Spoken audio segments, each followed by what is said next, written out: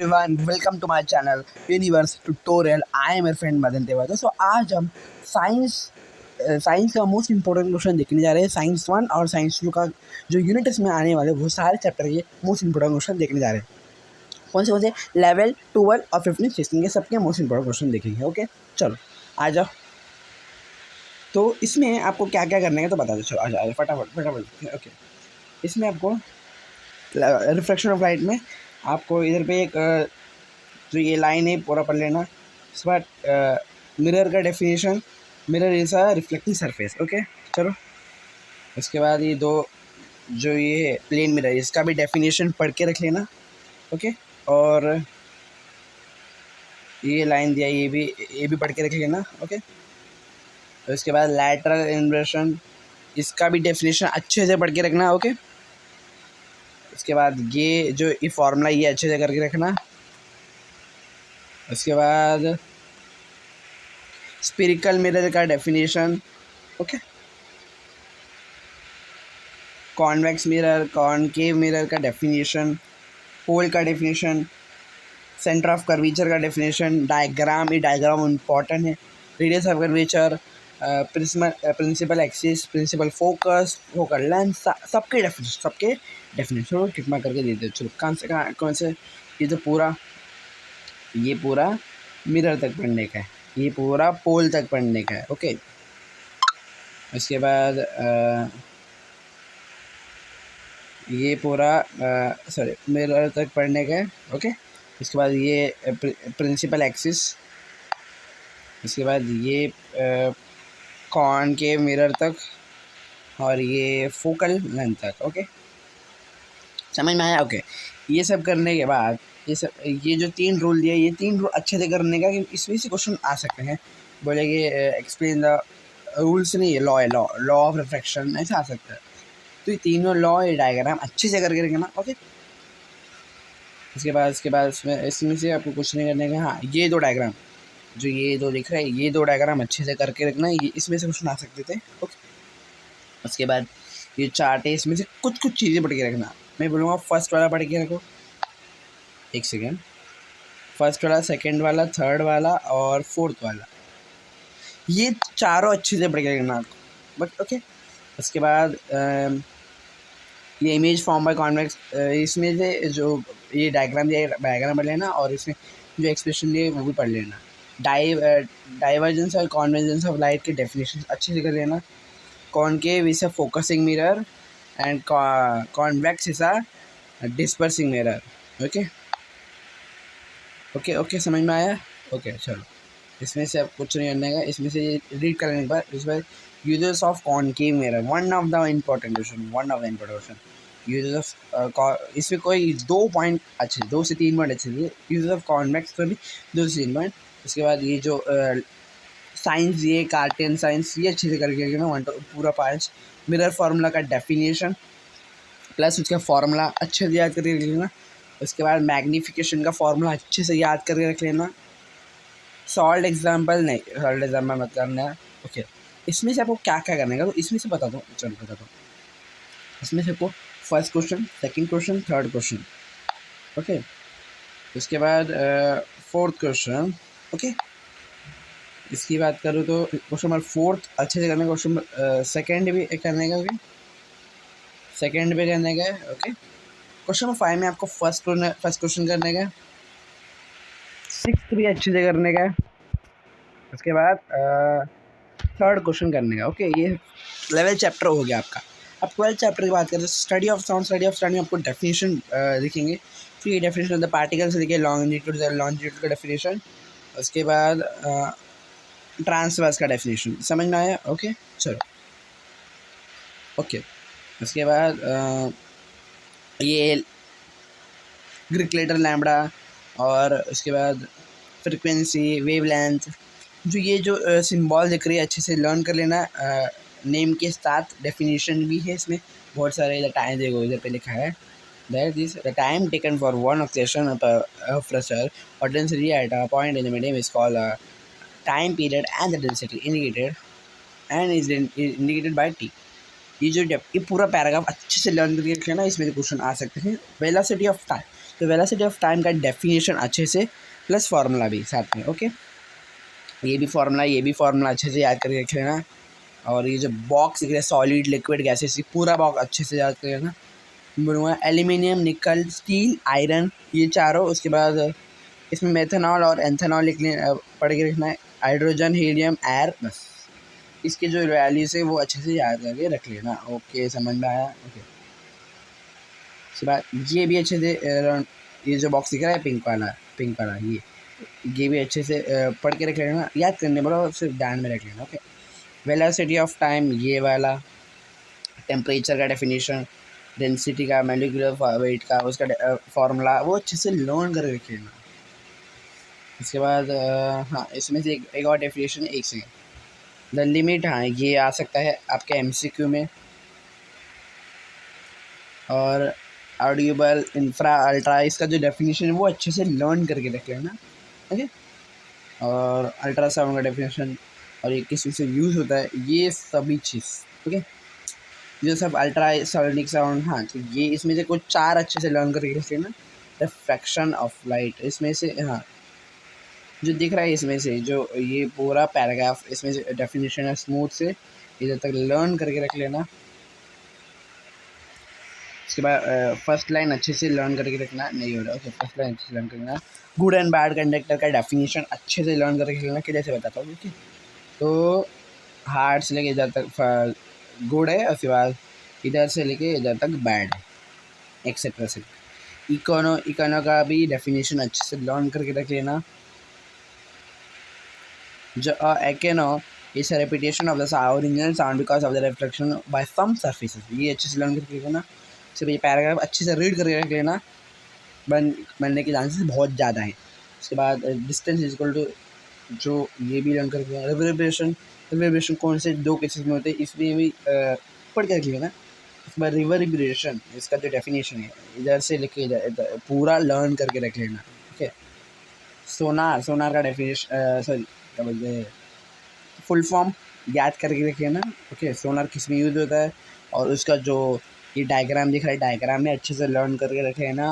Okay, कहाँ का use होता है, सोनोग्राफी का भी जो ये कहाँ का यूज़ होता है, इसमें क्या क्या करे जाते हैं, क्या क्या होता है, किसके लिए होता है सोनोग्राफी, ये सारे चीज़ आप करके रखने का है। Okay, human ear, one of the most important question, पक्का ही क्वेश्चन आ सकता है। Okay, outer ear, middle ear, inner ear, इसका जो डेफिनेशन है वो अच्छे से लर्न करना है। कि हर बार क्या करते हैं, डायग्राम बनाने बोल देंगे 2 मार्क का, और 3 मार्क का बोल देंगे आउटर और मिडल ईयर को डिफाइन करो ऐसा, तो इनर ईयर को डिफाइन करो, पिन्ना को डिफाइन करो। तो इससे तो बहुत सारी चीज़ें थे जो आपको लर्न करके लेने का। ओके ओके, समझ में आया।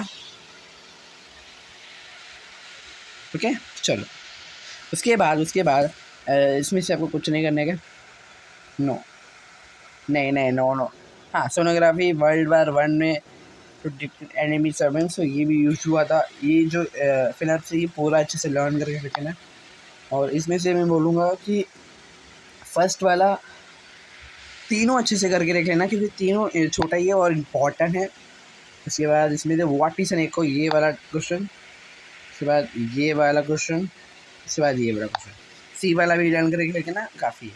तो बस क्वेश्चन नंबर 5 में फर्स्ट वाला अच्छे से, फर्स्ट वाला, उसके बाद फर्स्ट के बाद सेकंड, बी वाला भी, बी के बाद आपको डी नहीं करने का, डी, हाँ उसके बाद आपको डी करने का। ओके, डी वाला भी करके रख लेना। ओके चलो, ओके चलो, साइंस टू के 15 chapter, life process in living organism, उसके जो इसमें है, इसमें आपको क्या करना है, तो ये पैराग्राफ है ना अच्छे से लर्न करके लेना, लर्न नहीं बोलूँगा, रीड करके लेना। उसके बाद रूट प्रेशर का ये जो डायग्राम है ये अच्छे से प्रैक्टिस करके रख लेना। ट्रांसपोर्टेशन का डेफिनेशन आ सकता है, डिफाइन ट्रांसलेशन वो भी आ सकता है। और जो ये प्रोसेस है पूरा अच्छे से बाहर तो नहीं बोलूँगा पर समझ के लेना। और ये जो रूट प्रेशर का डेफिनेशन अच्छे से लर्न करके ले लेना। ओके, हैज़ रिजल्ट से लेके उसके बाद इसमें से कुछ नहीं करने का। इसमें से हाँ, ये जो समझ के लेना बस, और कुछ नहीं, रट्टा वट्टा कुछ नहीं बनाने का। पैराग्राफ को समझ के अच्छे से लेने का। ओके, ट्रांसलोकेशन, इसका जो डेफिनेशन है वो भी अच्छे से लर्न करके रख लेना। ट्रांसलोकेशन क्या होता है, वो उसका जो मीनिंग है तो क्या होता है, उसके बाद एग्जाम्पल से क्या है वो सब, क्या है वो सब। ओके, उसके बाद एक्सेलरेशन, एक्सेलरेशन को समझ के रख लेना, काफ़ी है। ओके, उसके बाद एक्सेलरेशन इन प्लांट्स में आपको प्रोसेस अच्छे से पढ़ के लेने का है। ओके, और उसका जो एग्जाम्पल है वो अच्छे से लर्न करके लेने का है, क्या क्या है, गम, रेसिन, वो सब है जो भी। ओके, उसके बाद डेफिनेशन अच्छे से लर्न करके लेने का है एक्सरेटिव सिस्टम का। ओके, उसके बाद एक्सरेटिव ह्यूमन बींग्स में क्या क्या होता है, ये डायग्राम अच्छे से लर्न करके लेने का है। एक्सरेटिव सिस्टम है किडनी, इसको प्रैक्टिस करके अच्छे से कर के रखने का है। उसके बाद नेफ्रॉन का डेफिनेशन इसमें दिया है ना, the function unit of the that perform the basic function of the filtration is called nephron. उसके बाद बाउमन कैप्सूल, ये जो डेफिनेशन को अच्छे से लर्न करके लेने का। नीचे ये लास्ट पैराग्राफ अच्छे से समझ के लेने का, और मतलब टाइम मारने से बोलूँगा कि ये इसमें से कुछ कुछ क्वेश्चन आ जाते हैं, नहीं तो आपको इसमें क्वेश्चन नहीं आ जाएंगे, ब्रीफ आंसर नहीं आ जाएंगे। डायलिसिस का डेफिनेशन, डायलिसिस का डेफिनेशन, हाँ डायलिसिस का डेफिनेशन, हाँ इधर the process of separating nitrogen waste from blood with the help of the wishing is called dialysis. Okay, समझ में आया। उसके बाद कोऑर्डिनेशन का डेफिनेशन अच्छे से लर्न करके लेने का। कोऑर्डिनेशन का डेफिनेशन पक्का आता है। Depending upon this we can see that this system regulating system of the regulation of the different process can be called control, and bringing our different process in this proper signal is called coordination। समझ में आया? Okay okay, समझ में आया। चलो, उसके बाद coordination plan, ये तो one of the most important topic है, सब मैं बोलूँगा। इसके जो डेफिनेशन है वो अच्छे से लर्न करके लेने का। आपको क्वेश्चन मिलेंगे, पर बोलूँगा डेफिनेशन अच्छे से एग्जाम्पल के साथ अच्छे से करने का है। ओके ओके, उसके बाद इसमें से आपको, हाँ इसमें कुछ मिमोसा टच मी नॉट, ये एग्जाम्पल है किसी का तो। ओके, उसके बाद ग्रोथ रिलेवेंट, ग्रोथ इरिलेवेंट, ये क्या होता है, ये कुछ समझ के लेने का कि ये one of the important question. Coordination in plans तो आते ही हैं, अभी कोऑर्डिनेशन ह्यूमन नर्वस सिस्टम को अच्छे से समझ के लेने का, इसके डेफिनेशन को अच्छे से लर्न करके लेने का। न्यूरॉन्स का डेफिनेशन अभी आता है। उसके बाद ये जो डायग्राम दिख रहा है आपको, ये जो फर्स्ट वाला डायग्राम, ये डायग्राम अच्छे से लर्न करके लेने का, ये वाला। ओके, इसके बाद आपको इसमें से कुछ नहीं करने का, ये सब क्या होता है, ये जो लिखा है इसको पढ़ के अच्छे से समझ लेने का, बस और कुछ नहीं। ये टाइप्स ऑफ, हाँ ये तो one of the important question, types of नर्सल, इसमें से पक्का एक क्वेश्चन तो आएगा। एसोसिएशन, मोटर, एसोसिएशन, ये सेंसरी, इसका डेफिनेशन अच्छे से लर्न कर लिया, तीनों definition. Okay, human nervous system में सेंट्रल जो लिखा है ये ब्लैक ब्लैक से शब्द में, ये इसको अच्छे से लर्न करके लेने का। ओके, ये डायग्राम, ब्रेन का डायग्राम, ये वाला, इसमें जो ये जी वाला डायग्राम, ये वाला डायग्राम, ये अच्छे से लर्न करके लेने का। ओके, उसके बाद जो ये बॉक्स दिया है ना आपको, left and right side of brain, ये भी अच्छे से लर्न करके लेंगे। और जो ह्यूमन का एडल्ट ह्यूमन वेट होता है ब्रेन का, it is 1000 grams to 1300 gram to 1400 gram, ये ऐसा लर्न करेंगे। ये जो लाइन है दिख रहा है, वो लाइन अच्छे से लर्न करेंगे। सेरिब्रम का डेफिनेशन अच्छे से लर्न करके लेने का है। उसके बाद उसमें जो टर्म्स होते हैं उसको, सेरिब्रिलम का डेफिनेशन, क्योंकि क्या मालूम ये पूछा रहेगा 18 मार्क का डेफिनेशन डायग्राम, और उसके साथ सेरिब्रम, सेरिबिलम, मेडुला ऑब्लिंगेटा, इसका जो डेफिनेशन पूछ लेता है, बोलता है डेफाइन ऑब्लिंगेटा, ऐसा पाया जाएगा। स्पाइनल कॉर्ड का डेफिनेशन, ये भी अच्छे से लर्न करके लेने का। ओके, इसका डायग्राम भी अच्छे से कर लेना प्रैक्टिस। इसके बाद जो फंक्शंस होते हैं वो भी अच्छे से लर्न करके लिए। टेबल, आपको जो टेबल दिख रहा है, ये टेबल अच्छे से पढ़ के जाने का, पूरा पूरा टेबल, इसके ऊपर क्वेश्चन आ सकते हैं। तो पेरिफेरल नर्वस सिस्टम में आपको मैं बोलूँगा सिर्फ इसको समझ लेना, कह रहे हैं इस, ये जो एक लाइन का डेफिनेशन है, एक लाइन का डेफिनेशन है, उसमें क्या क्या टाइप्स होते हैं, कितने पैर्स होते हैं, वो सब ध्यान रख लेना। और पेरिफेरल कभी पूछा नहीं जाता है, मैं बोलूँगा तो एटोमिक इसमें भी नहीं पूछा जाता। हाँ, reflex action, one of the most important है इसके ऊपर। अगर आपको 2 मार्क का क्वेश्चन आएगा इसमें पक्का, इतना गारंटी। केमिकल कंट्रोल, इसमें भी जो केमिकल सब, हाँ कॉल्ड हार्मोन तक है, उसका डेफिनेशन। और ये जो मैं बोलूँगा इसका जो डेफिनेशन है वो अच्छे से समझ के लेने का, पूरा प्रोसेस समझ के लेने का। डेफिनेशन आते हैं, ये जो डायग्राम दिख रहा है ये आता नहीं है, पर फिर भी आपको प्रैक्टिस करके लेने का। मैं से बोलूँगा ये डायग्राम से, जो डायग्राम ये अच्छे से प्रैक्टिस करके लेने का। ओके, इसके बाद इसमें से कोई 3 छोटा छोटा है हाइपोथैलेमस, इसके बाद ये जो pancreas, adrenal gland, ovary, testis, thymus, जो ये दिख रहा है, जो छोटे छोटे ये लर्न करके ना, पिट्यूटरी का कुछ कुछ पार्ट्स याद करेंगे ना। ओके, जो हार्मोन्स, लोकेशन, फंक्शंस, कुछ कुछ, ज़्यादा नहीं बोलूँगा कि सब लर्न करके नहीं, समझ के लेने का, कुछ कुछ लर्न करके लेने का। ओके, हाँ, इसके बाद जो ये दिख रहा है ये पूरा अच्छे से लर्न करने का। मेजर फॉलोइंग ऑब्जेक्ट आपको मालूम मिलेगा। इसके बाद क्वेश्चन नंबर 2 भी अच्छे से करके लेना, क्योंकि 2 मार्क का क्वेश्चन नहीं, 5 मार्क के क्वेश्चन आ जाते हैं, पर अब भी तो नहीं आएंगे, पर फिर भी 2 मार्क का क्वेश्चन, 3 मार्क के क्वेश्चन आ सकते हैं, नो डाउट। रूट प्रेशर मैं अभी बोला था, transpiration, nerve cell, human brain, reflection action, root pressure, nerve cell, human brain, ये 4 क्वेश्चन अच्छे से लर्न करिए। ट्रांसपिरेशन भी करेंगे तो नहीं चलता है। उसके बाद ये इसमें नहीं है ना, ये 5-6 ये अच्छे से पढ़ लेना है। उसमें बहुत सारे दिए, पर 6 करते रह लेना। और ओके, उसके बाद human nerve cell, nephron, human excretory system, ये अच्छे से लर्न करेंगे। उसके बाद एक question explain chemical coordination in human, ये भी अच्छे से करने का। Explain coordination plants with the help of suitable example, ये भी करने का है। What is meant by coordination, ये भी करने का है। एक्सेलेरेशन अकर इन ह्यूमन, और सी नहीं, B C D what is meant by coordination तो आते ही है ना इसमें।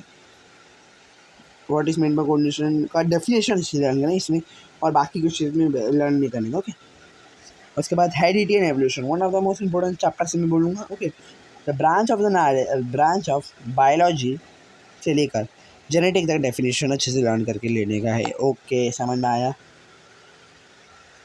उसके बाद हेरिडिटी का definition, transfer of characteristic from parents to offspring is called heredity, ये 10वीं में भी आएगा, आपको याद रहेगा, तो याद करके रख लेना। जीन का definition, the segment of the DNA which contain all the information for synthesis of a particular protein is called as gene, इधर पे लिखा है ना जीन, हाँ, इसका डेफिनेशन। ओके, उसके बाद ये जो उसको टर्म्स लिखी उसको समझ लेने का।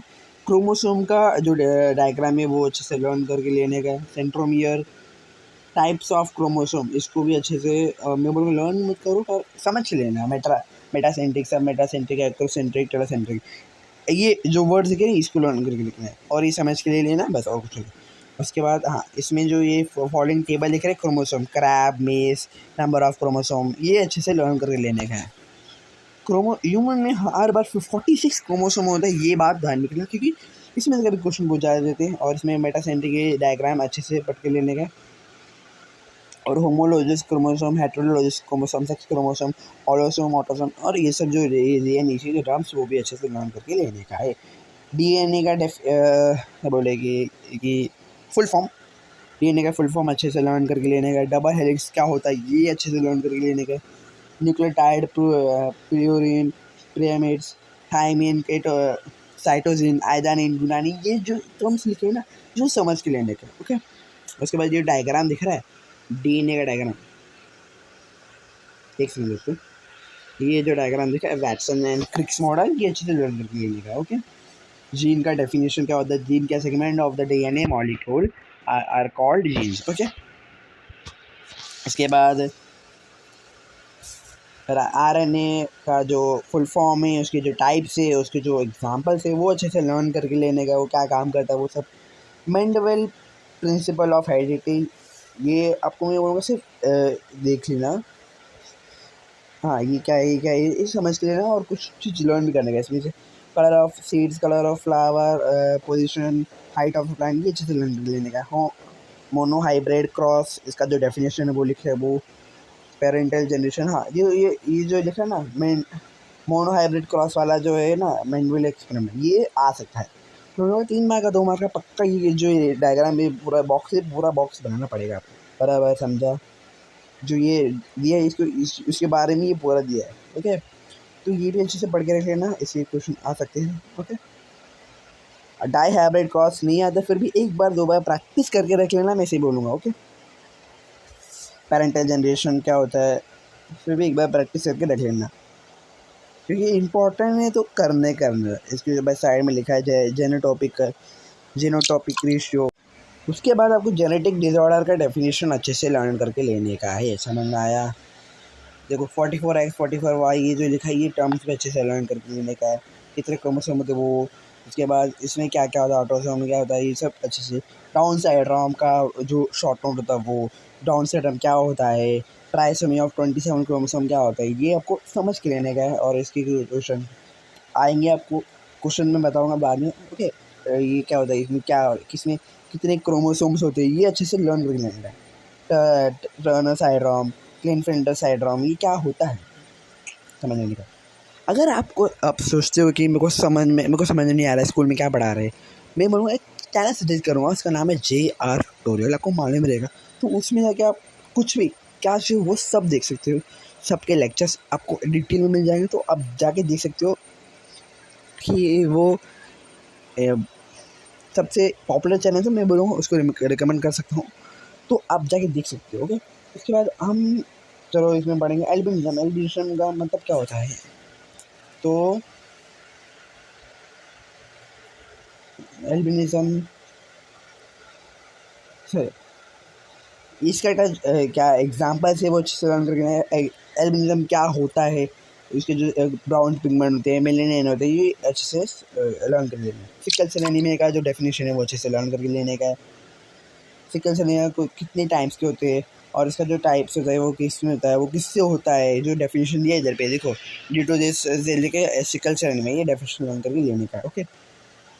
उसके बाद ये बोलूँगा मैं सिर्फ एक बार देख लीजिए ये जो बॉक्स है सिकल सेल एनीमिया का, मैन ह्यूमन ट्रोजन, ये एक बार देख लेना बस, कुछ रेमेडीज़ क्या है वो दूर रेमेडीज अच्छे से लर्न कर लेने का। माइटोकॉन्ड्रिया डिसऑर्डर ये भी अच्छे से समझ के लेने का, इसके एग्जाम्पल पॉलीजेनिक डिसऑर्डर क्या होता है, ये इसके जो एग्जाम्पल्स है वो अच्छे से लर्न करके लेने का है।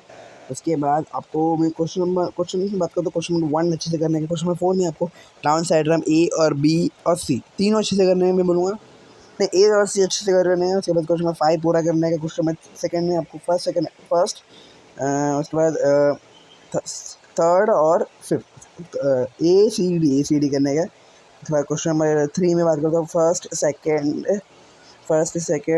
थर्ड, फर्स्ट सेकेंड फोर्थ और fifth, A B D E